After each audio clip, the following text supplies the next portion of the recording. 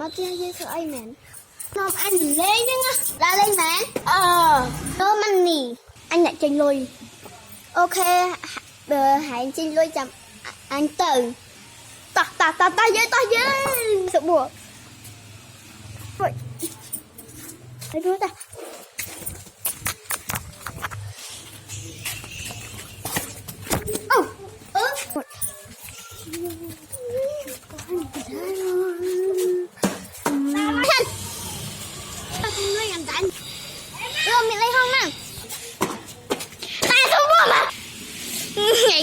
một tia bên trái nè ao nhưng mà đi tia mỏ ê đây si cho một xin một tia mỏ ê tinh phật phật đấy nha anh nói anh đưa tăng cho lần nào anh dừng thấy ha